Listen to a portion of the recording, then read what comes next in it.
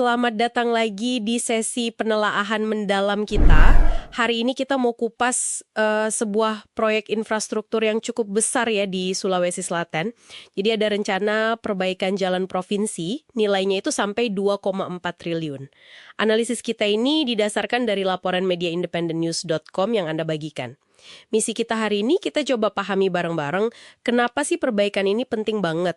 Terus skalanya gimana, rencananya apa, dan dampaknya buat Anda dan masyarakat di sana tuh apa aja. Fokus utamanya kayaknya ada di dua ruas jalan yang kondisinya disebut parah banget. Itu Jalan Hertasning di Makassar sama Jalan Poros Malino di Goa. Angka 2,4 triliun ini kan gede banget ya. Coba kita bedah dulu deh, kenapa ini mendesak banget. Kita mulai dari Jalan Hertasning di Makassar. Ini kan jalur utama banget di sana. Kerusakannya itu lubang di mana-mana, aspalnya ngelupas gitu. Ini katanya bikin macet parah. Waktu tempuh Anda jadi molor, terus ya pasti boros bensin, kendaraan juga jadi cepet rusak kan? Betul sekali. Dan jangan lupakan aspek keselamatan di Hertasning itu. Penting banget. Sumber yang Anda sebut tadi juga menyoroti bahayanya itu pas hujan. Lubangnya ketutup genangan air, nggak kelihatan. Ini resiko besar loh, apalagi buat teman-teman yang naik motor. Ada keluhan warga juga kan yang dikutip di sana? Itu benar-benar nunjukin ancaman nyata sehari-hari buat mereka. Iya, bener juga. Lalu kalau Jalan Poros Malino gimana? Itu kan fungsinya lebih ke arah wisata ya? Utamanya memang itu, Malino kan dikenal sebagai destinasi andalan Sulsel, kota bunga yang sejuk itu. Kalau aksesnya jelek, ya jelas, orang jadi males ke sana. Kunjungan wisatawan turun, ekonomi lokalnya juga kena imbas. Tapi ini yang mungkin sering kelewat. Jalan ini tuh strategis juga buat konektivitas regional. Ini jalur penting yang nyambungin pusat ekonomi kayak Makassar sama Goa ke wilayah lain, bahkan sampai ke Bulukumba sana.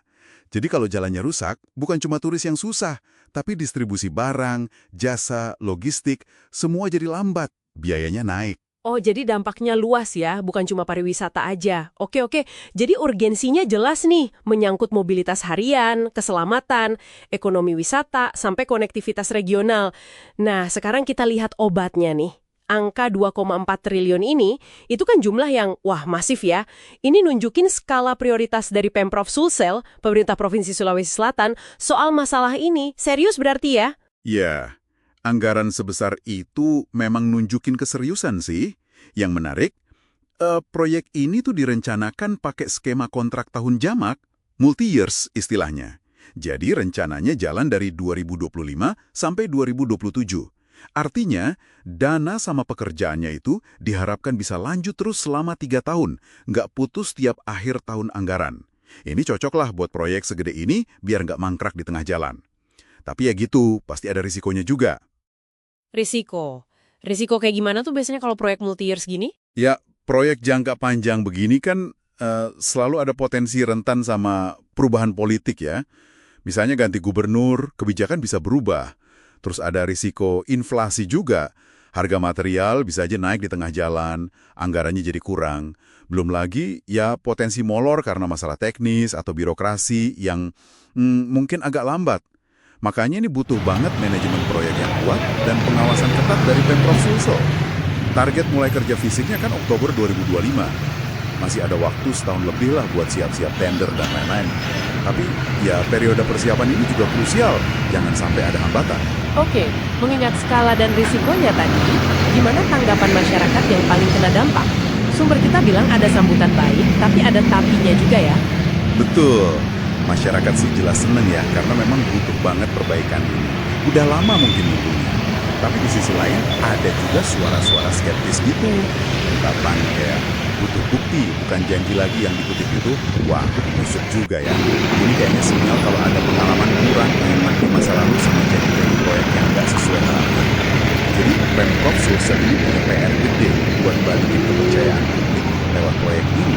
Harus dibuktikan. Wah, menarik ini. Jadi, suksesnya proyek ini bukan cuma soal teknis selesai atau enggak, tapi juga soal menangin hati publik lagi ya.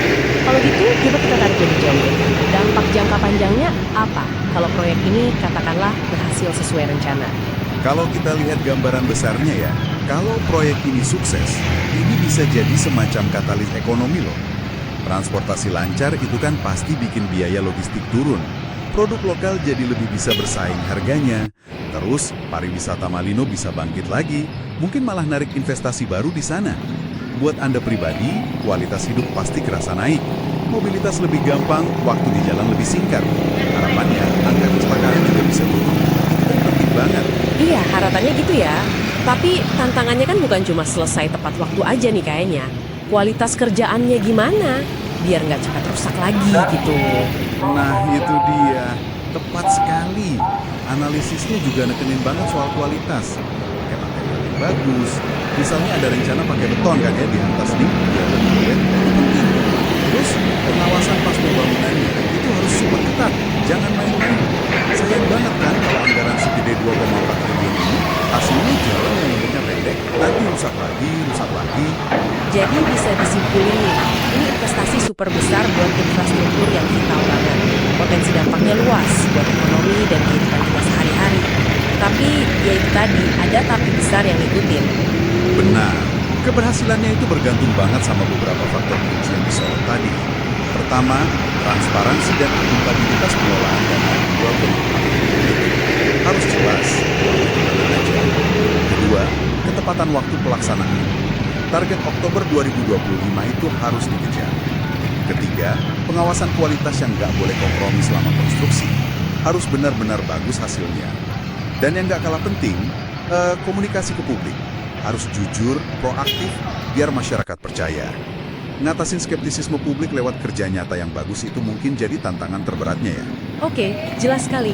Terima kasih banyak atas penjelasannya.